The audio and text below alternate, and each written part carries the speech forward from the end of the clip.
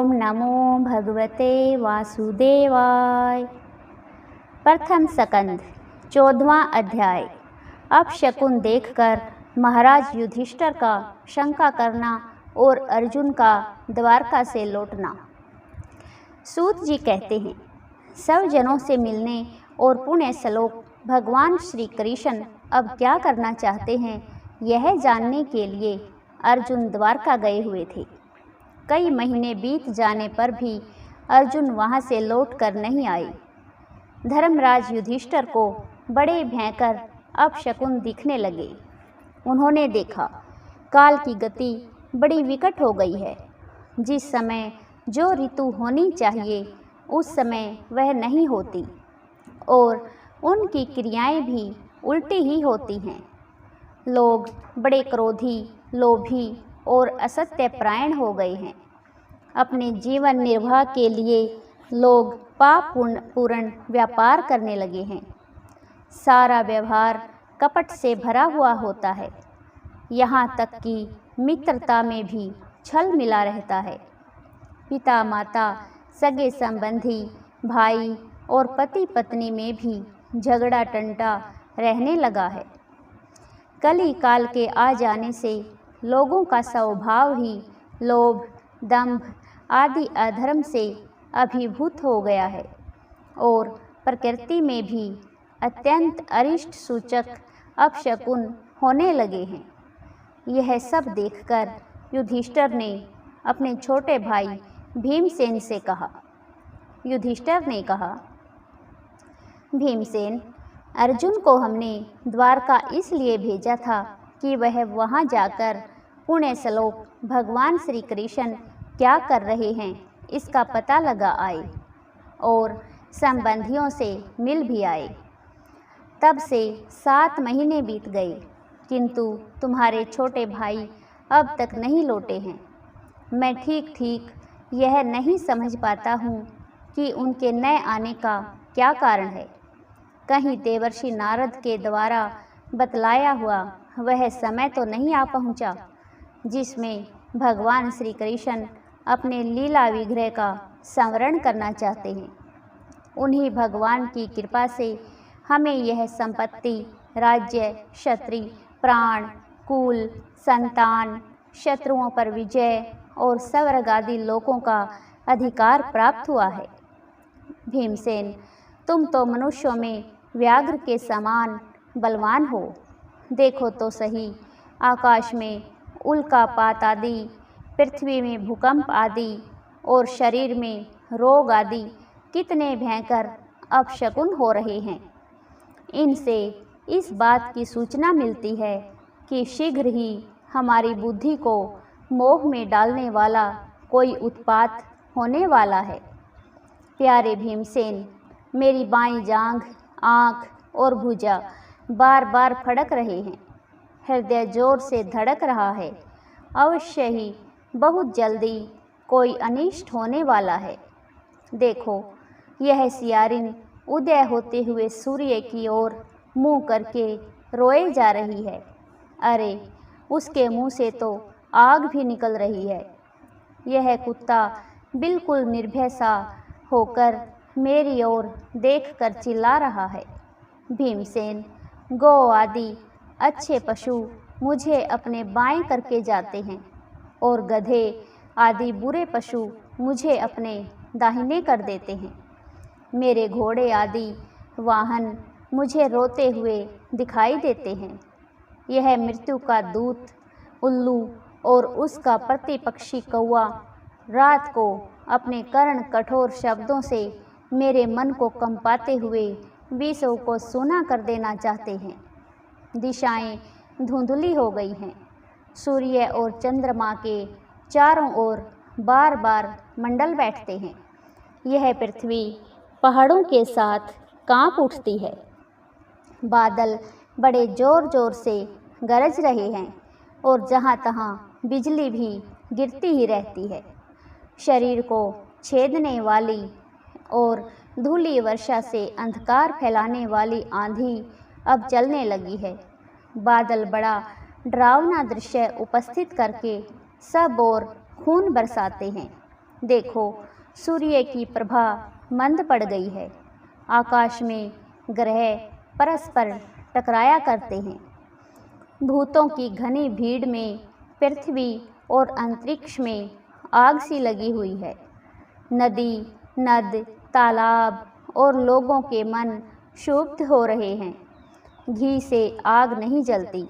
यह भयंकर काल न जाने क्या करेगा। बछड़े दूध नहीं पीते, गौएं दूहने नहीं देती। गौशाला में गौएं आंसू बहा बहा कर रो रही हैं। बैल भी उदास हो रहे हैं। देवताओं की मूर्तियां रो सी रही हैं। उनमें से पसीना चूने लगता है और वे हिलती डोलती भी हैं। भाई, ये देश, गांव, शहर, बगीचे, खाने और आश्रम श्रीहीन और आनंद रहित हो गए हैं। पता नहीं ये हमारे किस दुख की सूचना दे रहे हैं। इन बड़े बड़े उत्पादों को देखकर मैं तो ऐसा समझता हूँ कि निश्चय ही यह भाग्यहीन भूमि भगवान के उन चरण कमलों से, जिनका सौंदर्य और जिनके ध्वजा अंकुश आदि विलक्षण चिन्ह हैं और किसी में भी कहीं भी नहीं है, रहित हो गई है। शौनक जी, राजा युधिष्ठिर इन भयंकर उत्पादों को देखकर मन ही मन चिंतित हो रहे थे कि द्वारका से लौटकर अर्जुन आए। युधिष्ठिर ने देखा अर्जुन इतने आतुर हो रहे हैं जितने पहले कभी नहीं देखे गए थे। मुंह लटका हुआ है, कमल सरीखे नेत्रों से आंसू बह रहे हैं और शरीर में बिल्कुल कांति नहीं है। उनको इस रूप में अपने चरणों में पड़ा देखकर युधिष्ठिर घबरा गए। देवर्षि नारद की बातें याद करके उन्होंने सुहृदों के सामने अर्जुन से पूछा।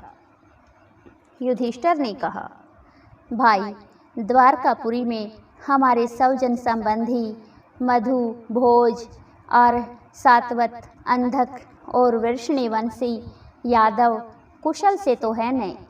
हमारे माननीय नाना शूरसेन जी प्रसन्न तो है न? अपने छोटे भाई सहित मामा वसुदेव जी तो कुशल पूर्वक होंगे।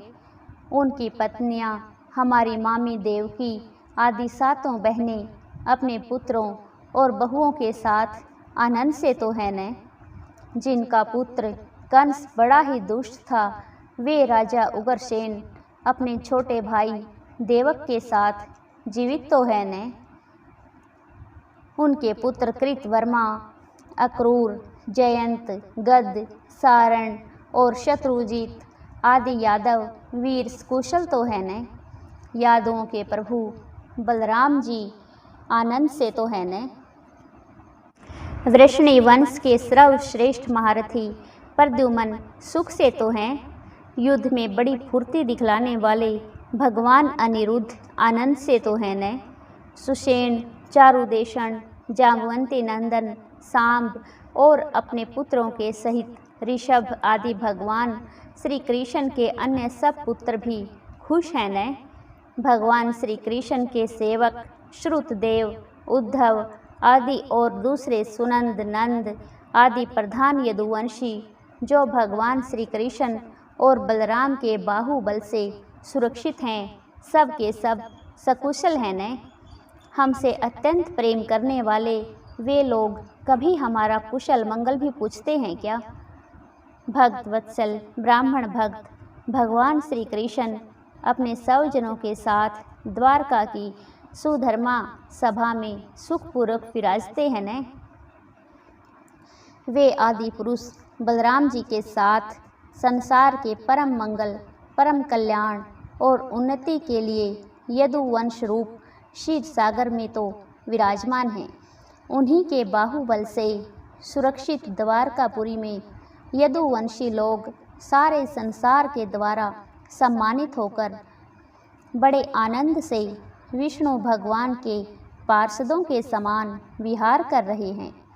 सत्यभामा आदि 16,000 रानियां प्रधान रूप से उनके चरण कमलों की सेवा में ही रत रहकर उनके द्वारा युद्ध में इंद्र आदि देवताओं को भी हराकर इंद्राणी के भोग योग्य तथा उन्हीं की अभीष्ट पारिजातादि वस्तुओं का उपभोग करती हैं।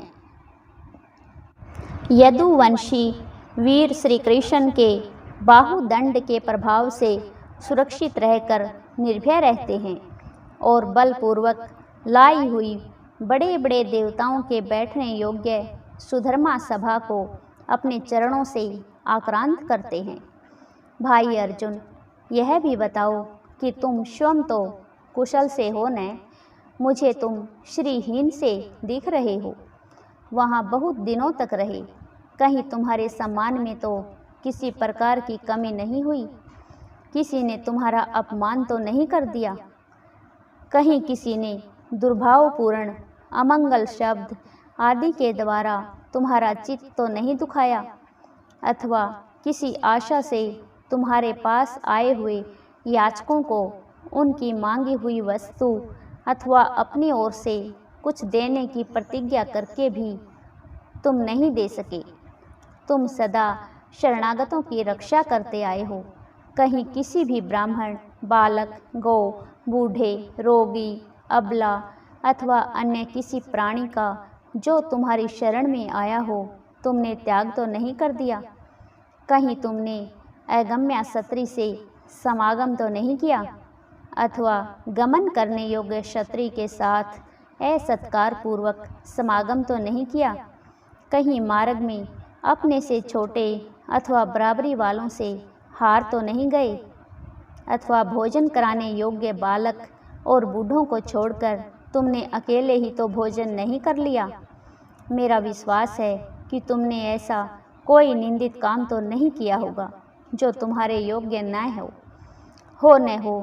अपने परम प्रियतम अभिन्न हृदय परम सुहृद भगवान श्री कृष्ण से तुम रहित हो गए हो।